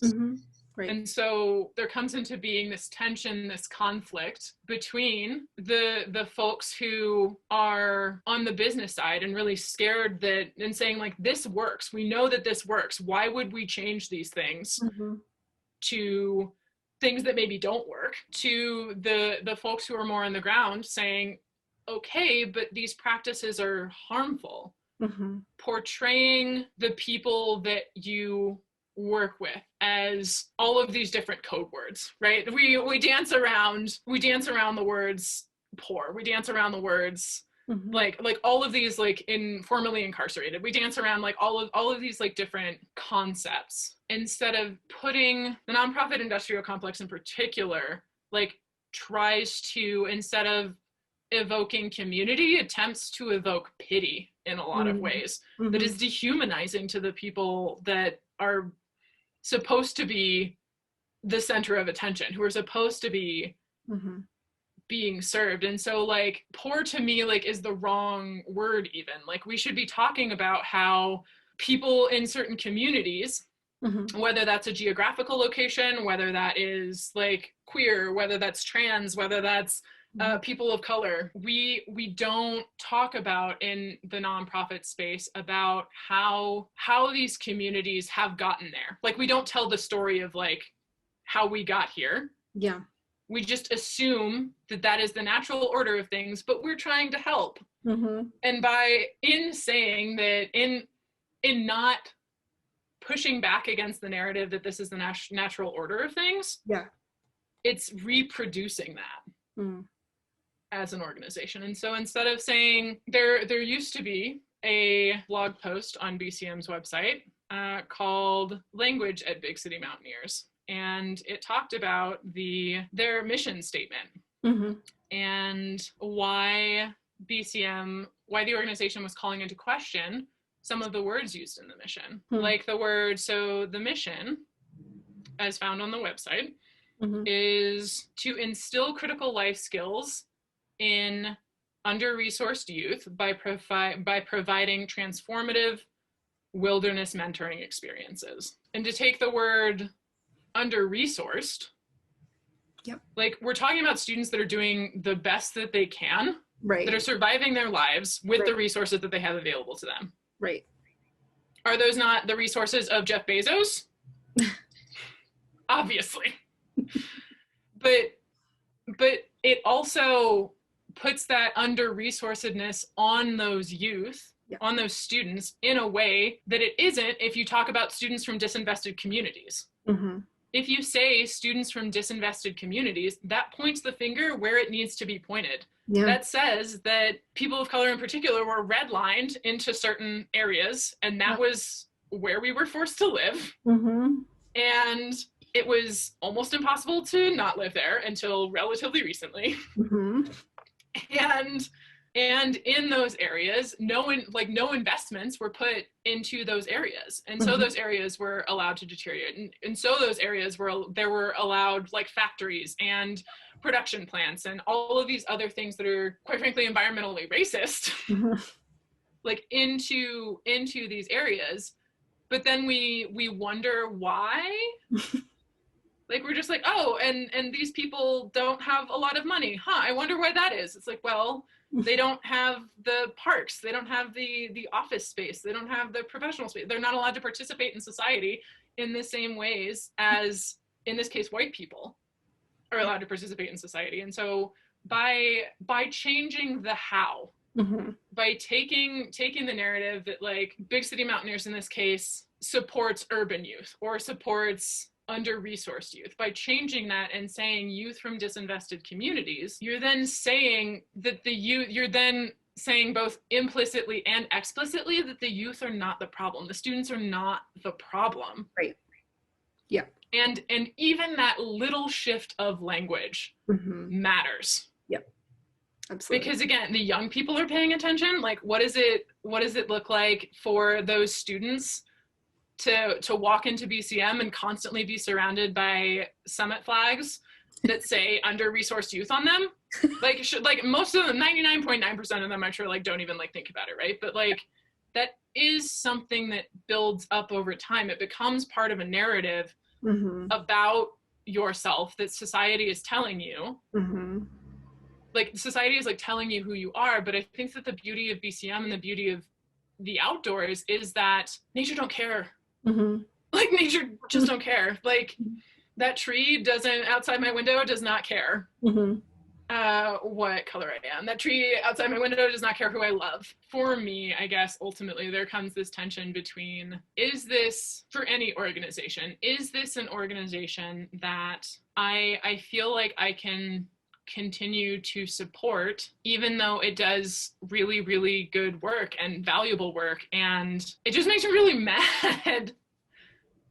Like that there is such a difference between the way that an organization says that it is and says that it operates, and the ways in which that organization continues to perpetuate white supremacy culture in harmful ways. I really, really think that, I mean, if it's not clear from before, like, I'm really convinced that Camber could do better. Right. I'm really convinced that Big City Mountaineers could do better. Yeah. Because like you were saying about Knowles, there was like a lot that I experienced interpersonally when it came to the culture that led to me not being able to be there anymore. Yeah. I didn't want to quit my job in the middle of a pandemic. I didn't want to be without health insurance when at any time I could be spending a month or more in the hospital. I think that it's a real shame that I and others in the industry feel like we're being pushed out when we simply just want to be people in this industry. I feel like the bar is under the ground.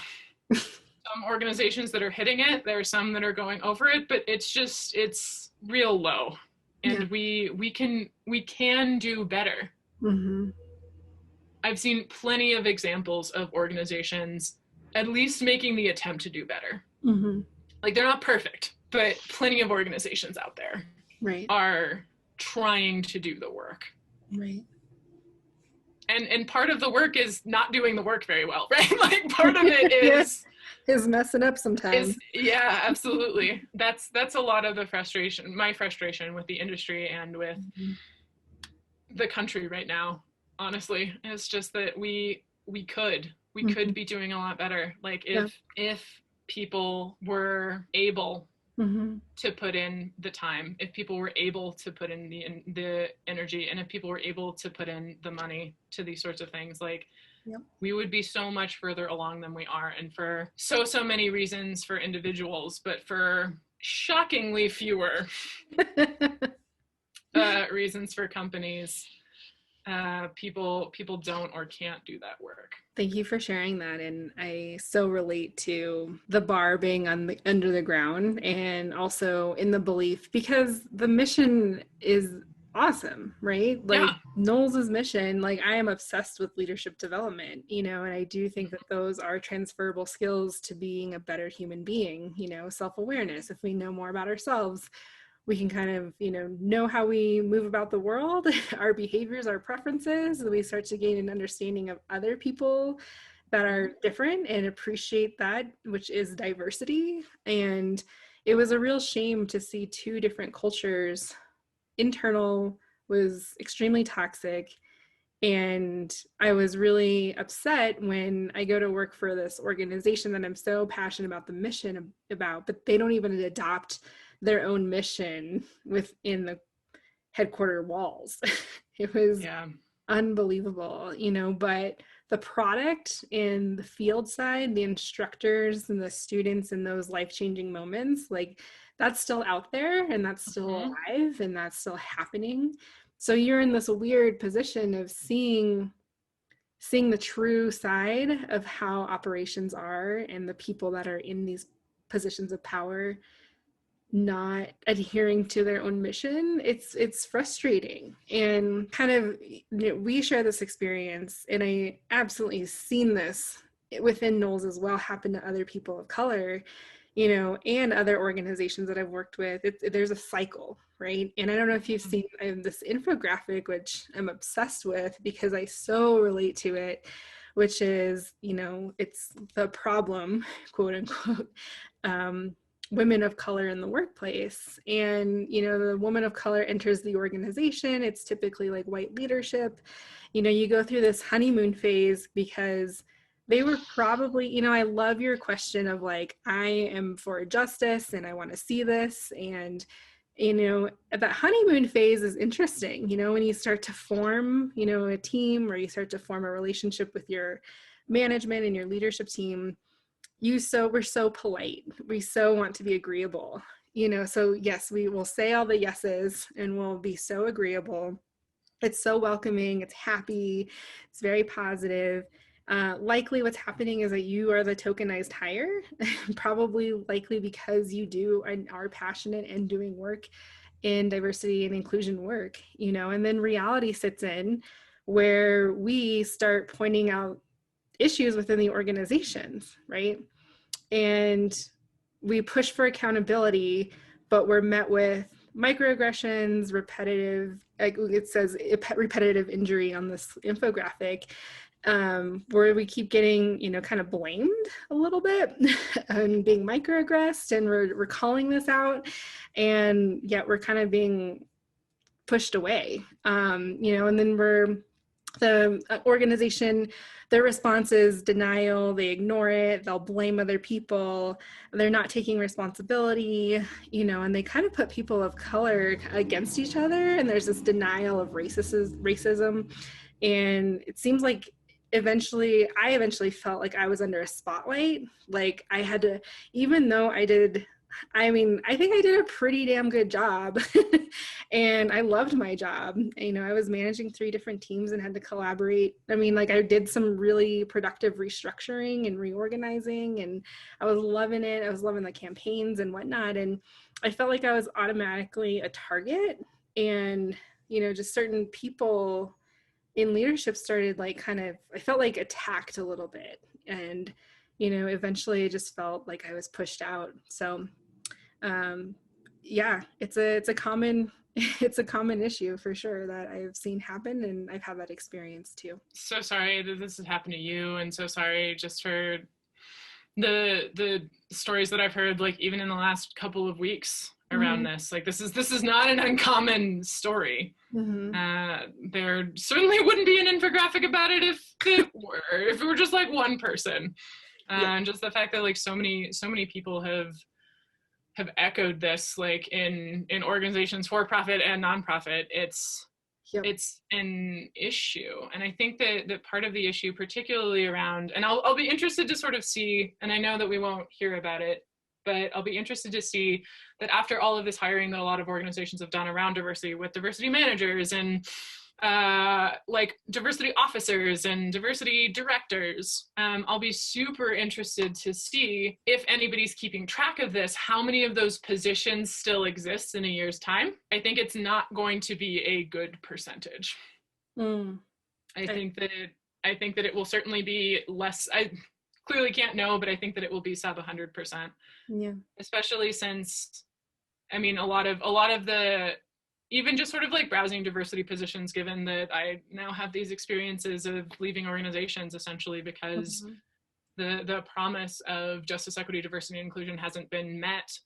Like there are so many organizations that want things like KPIs on diversity and who want you to have metrics and to meet metrics about changing the way that people live their lives. And that is not feasible at all. And so like, if that's one of the things that an organization wants out of a diversity officer, that position, that whoever is put in that position, they're bound to fail, in my opinion. Yeah. And again, that's another example of like setting particularly a person of color up for failure, because an organization doesn't understand what they want. Or all of these organizations, like several organizations that are hiring and who want 6 to 8 years in the diversity, equity, and inclusion space, when really like this work has been being done for a long time. But in terms of titles of things that are of education, of things that are like formal education, of things that are valued by white supremacy culture, those things have only existed for 5 years, maybe 10 at the outside. And so they don't even know what is feasible to ask for, let alone what they actually want out of a position. Yeah, they're hiring these positions like they would a chief financial officer, and it's totally 2 different approaches to these challenges. And again, it's I mean, I've worked in organizational development, so we do try to have metrics and data for culture change. And so you know, and it gets difficult when you start to, when this position, you know, that reality check, when you start to call out these things in organizations, it's the culture that's so resistant of, that's not me, you know, I don't need to change, I'm a good person. So how do you actually measure that? Yeah. Or the I've learned all I need to learn about this. Oh. Yeah, it's not ideal. It's not ideal. Have you though? Because like I'm a consultant and I am still constantly learning. So okay, if somebody has climbed the mountain, right, and has got to the summit, you know, I have so many questions. I have so many questions. Who told you that you were done? Like, yep. Who said that? Because I'm pretty sure they lied to you. It's like calling yourself an ally. I'm an ally. Would your marginalized friends say that? That is the real question.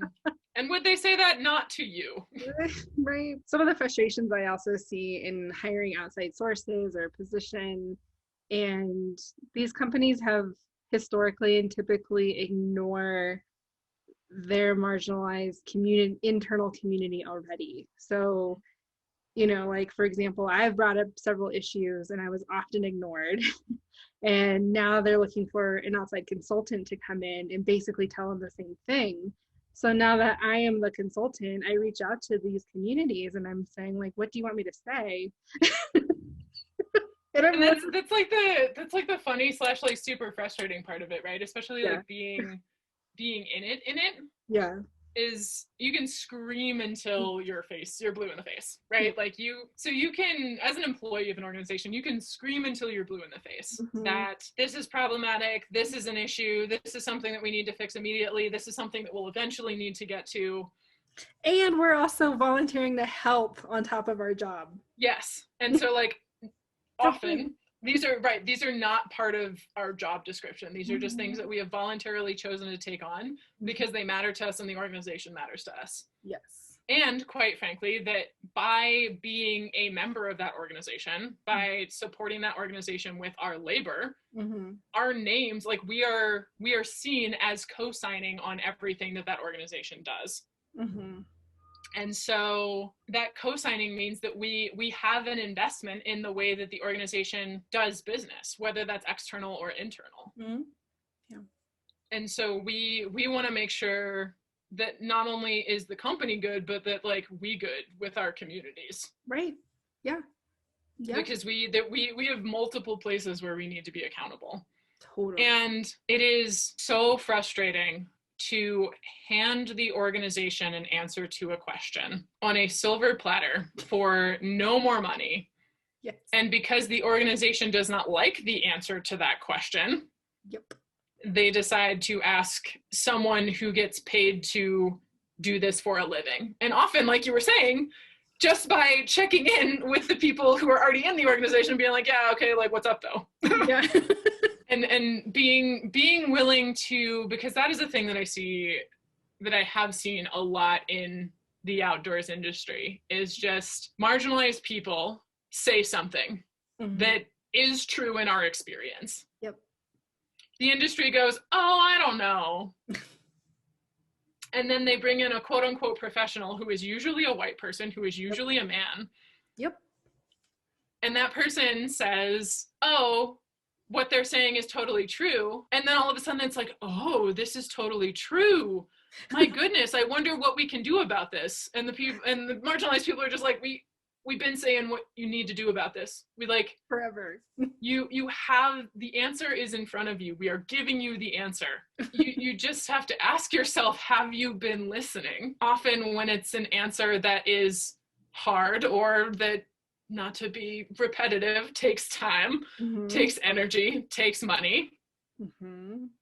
People make the decision, whether conscious or unconscious, to say that this is worth it to me or this is not worth it to me. Often that's not something that happens in the conscious realm at all.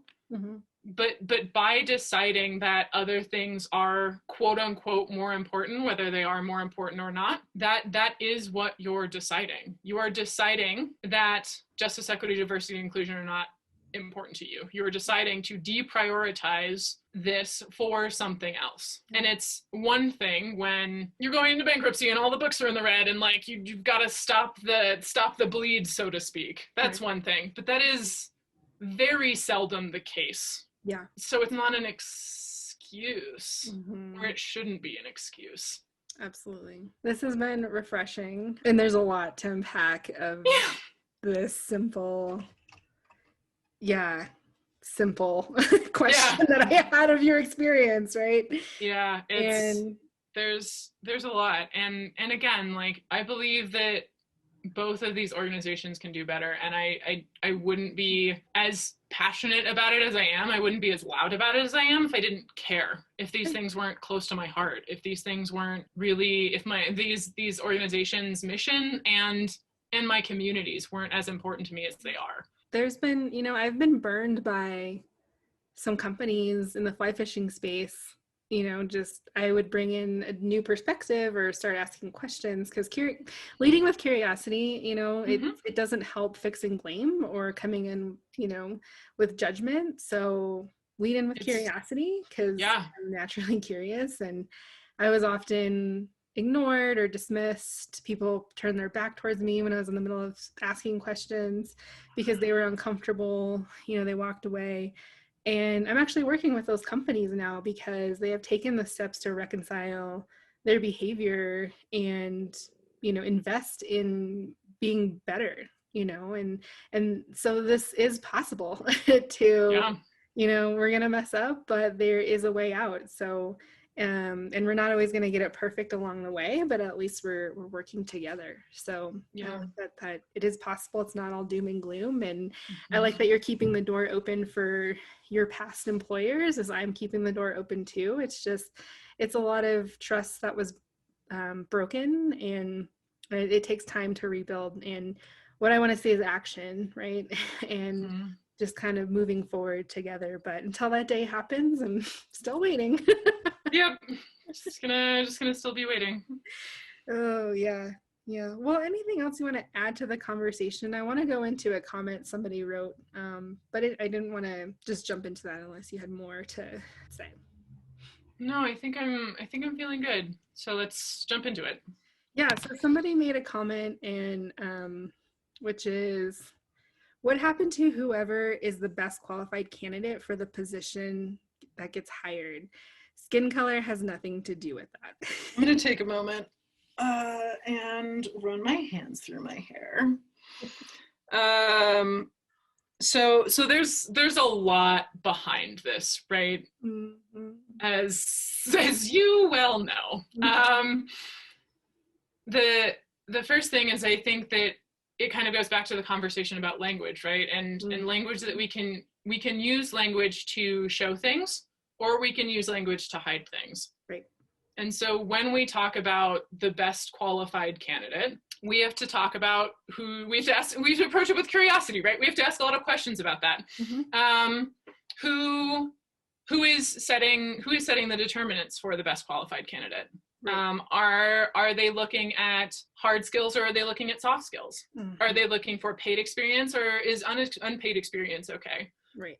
Does somebody need to prove, if it's unpaid experience and just sort of like self-directed learning, does somebody need to prove these things? If they need to prove them, what about for soft skills? Like, how do you prove that you have quote unquote soft skills? Because I think that those are some of the strongest skills that you need to have. Yeah. Prove that you have empathy in 5 minutes. Yeah, exactly. Like, how are you supposed to do that? And that's not even going into history, right?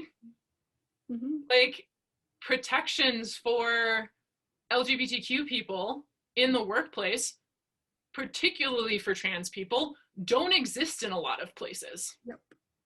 Mm-hmm. And so if your employers are transphobic, how are you supposed to stay in a job long enough to prove that you have the experience to be able to be the best qualified candidate? Yep.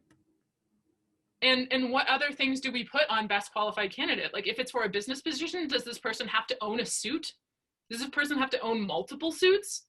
Because some people don't have the financial resources for that. Mm-hmm. Yep. Like, if you tried to go to a thrift store and buy something fancy, it is difficult. Yes. And finding the right size. Finding all of the pieces. Does it match? Like, is it fancy enough? Is it too fancy? Like, there's just so much assumption in here that everyone is as capable of conforming to white supremacy culture as everyone else. Even if we're talking about like the best qualified candidate, we know that, I mean, if you've ever gone without several meals, you get angry and your mood changes. And so like, are you eating to be able to put your best face forward, whether in your resume or in your cover letter or in an interview? Like, can hunger disqualify from you from being the best possible candidate? Like, maybe. Yeah.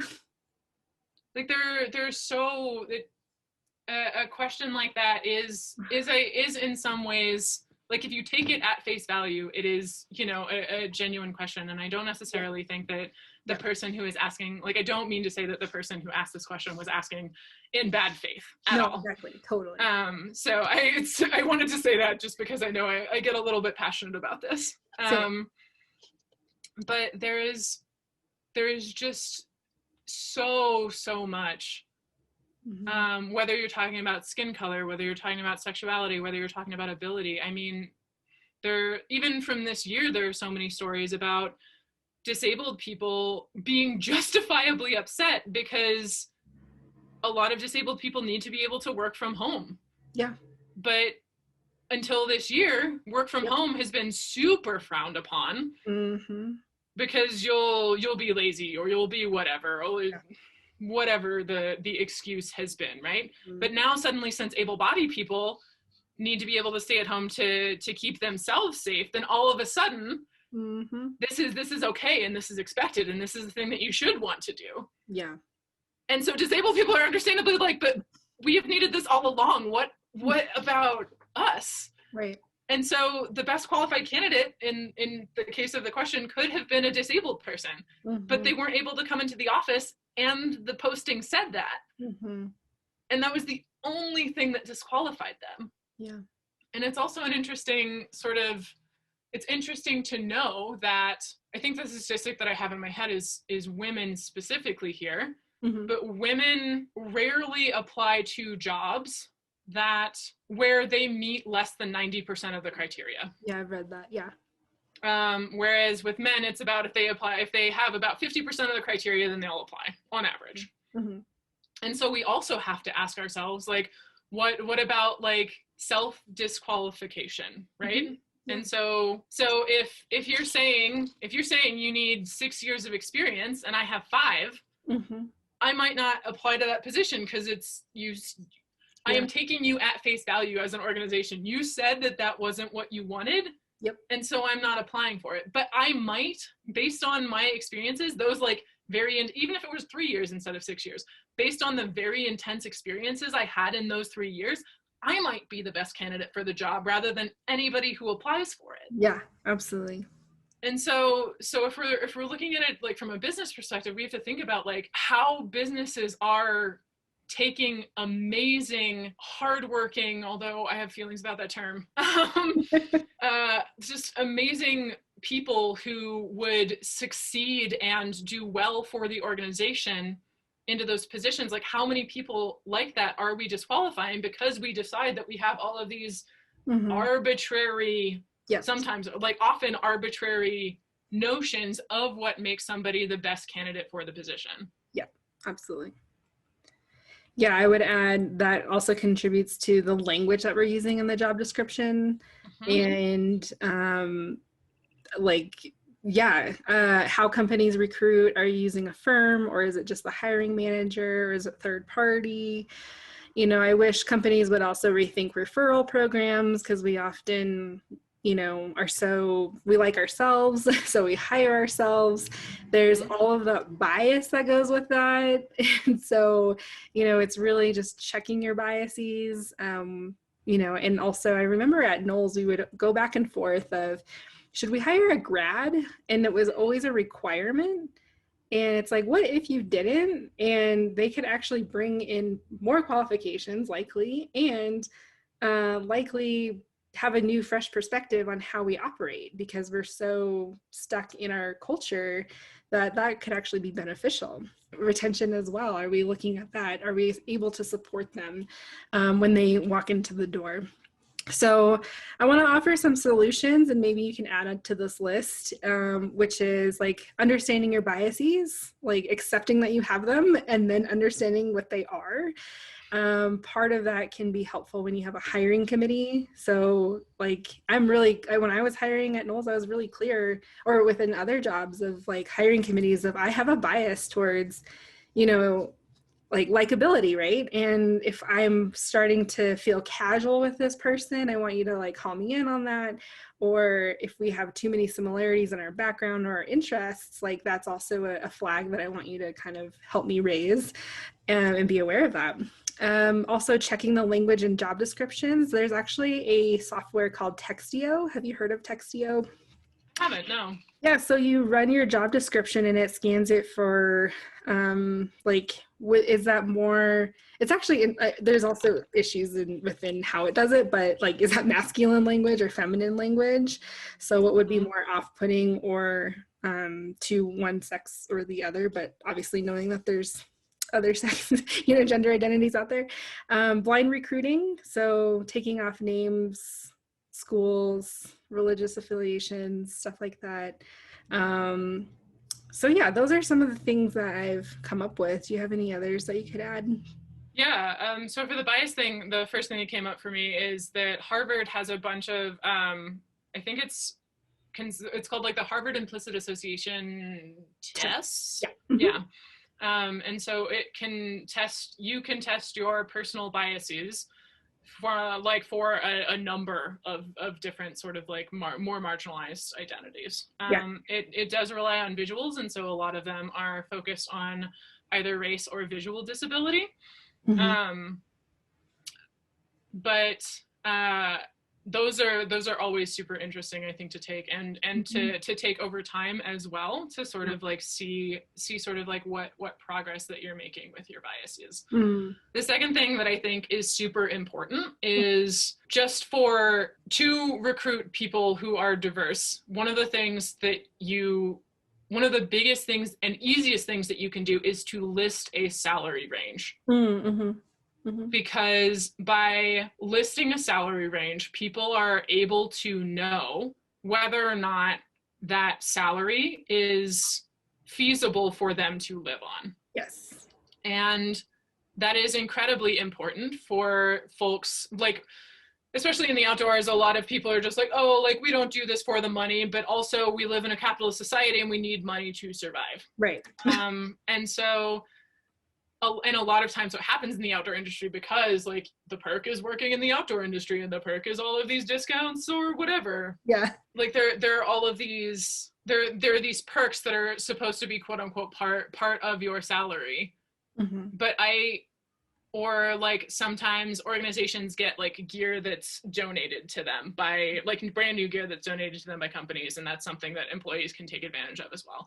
Like that's not going to pay my rent. Right. Yeah. That's not going to feed me, to feed my dependents, to feed my partner. Right. Again, I believe this is a statistic for women. Women are much less likely to negotiate salary if you just put dependent on experience. Like, yes, Glassdoor is out there. Yes, there are other websites that you can use to kind of get a feel for what is reasonable for your position in your area. Yeah. But women are less likely to negotiate, and women are more likely to be seen as unemployable if they do negotiate.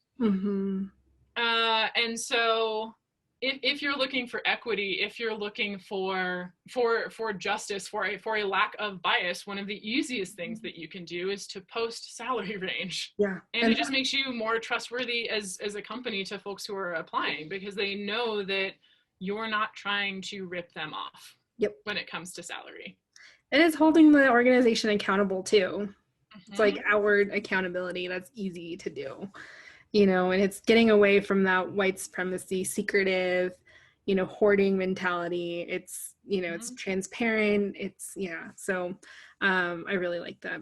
And if you have more of a wiggle on, like if you have a range, but for the right candidate, you could go like 10 grand more. You can also say like, this to this or dependent on experience. But just giving people the idea of what to expect, it is going to make that inherently more fair. Yeah. I also think that flips it on instead of what was your last salary range, because I feel like salary ranges really anchor us, and that's like what we're always going to be known for when we list a number. And there's so much that goes into salary already in our previous job histories. You know, some organizations tie performance reviews to salary, which I could talk forever about. That is terrible because there's so much bias that goes into performance reviews. And, you know, so being just transparent of this is our budget, because you have a budget for this position anyway, so why not share it? So anyway, I like that. So thanks for sharing that. Just kind of closing out our discussion, our awkward conversation. So what's next for you? What are you working on? The short story is, I don't know. I would like to stay associated with like the outdoors, but I also, based on this conversation and also based on sort of experiences that I have had in the outdoors as an industry, I don't know if it's worth it to me to continue to mix my survival under capitalism with this space that has brought me so much solace and so much healing. And so while I would love to work in the outdoor industry again, I think that a lot needs to change, unfortunately, before I feel comfortable doing that. Or it would have to be with an organization who has a track record of being able to be accountable and to change in response to harm that it is either created or harm that it is perpetuated. And so I currently working for as a freelance developmental editor for Treeline Review, which is a gear meta review website that goes out of its way to, it's both run by, was co-founded by two women, one of whom is a person of color, and they go out of their way to make sure that they're hiring writers and editors and testers who are diverse, who can and who can speak to the beginner experience, because I think that a lot of the outdoor industry is very focused on, and so I'm doing some freelance editing for them, a couple more editing projects in the works. I love me some words, but like ultimately I do think that I could get back into the outdoor industry. I could get into the JEDI space. I certainly would like to be paid for the things that I do and continue to do in that space. I'm trying to keep an open mind for the future. When I personally feel like it's ethical for me to travel long distances again and see family, of course, like want to do those things. I would love to and I also just sort of want to be open to possibilities. I think that there are a lot of things that I could do, but a lot of things that I feel, whether correctly or incorrectly, that I don't have enough experience for, and that I am not, quote unquote, not the best candidate for. That could be really engaging and could be work that I could use to sort of feed my soul as well as my belly. And that's really what I would love, but nothing is promised, and we'll see. Yeah, well, I'm excited to see what's next, because I think you have a lot of great talent and skills, and yeah, I'm excited to see what happens, and obviously continuing to stay in contact and connect, and however I can help, I'm there. Yeah, I would love that, and super same on this end. Have a lot more time these days. Is there anything you want to promote? Like, how can people find you? Especially, you said you're freelance. Are you only with Treeline, or are you open to other? I am open to other projects for sure. I prefer editing. I can do a little bit of writing. I have slowed down on the writing projects just because it is the dark time of the year. Yeah. And I find it very hard to find inspiration in the monochrome darkness. Yeah. But I'm open to writing and editing projects on Instagram. I am at Brown Girl on the NST for National Scenic Trails. Yeah, and you can DM me there if you would like to get in contact with me. Sweet. Awesome. Well, thanks again so much for your time and sharing being vulnerable and brave in this space. You've inspired me to speak out more. And, it's not about me, it's about, the future of justice, equity, and inclusion for others and making that space. So thank you. Yeah, absolutely. Thank you for providing the space and for just being rad. Well, I'm definitely taking you fishing soon, so yes. whenever I can. Yes. I love that. All right. Well, thank you again, and have a good rest of your afternoon. You too. Once again, you can find Amanda on Instagram at BrownGirl on the NST. We also encourage you to check your biases and take the test, the Implicit Association Test by Harvard University. Also, if you're a recruiter or an organization looking to hire for diversity, definitely contact me. I can help. I have a consulting firm called Real Consulting, which stands for Reconcile, Evolve, Advance, and Lead. You can find my website at consultreal.org. All links and resources are on awkwardangler.com. Thank you for listening to today's episode. Head over to awkwardangler.com for show notes and resources. You can send appreciations by subscribing, sharing with a friend, rating the podcast, or Venmo at Awkward Angler. Special thanks to my Brown Folks Fishing family for your support. I'm Erica Nelson, inviting you to be an Awkward Angler. See you next week.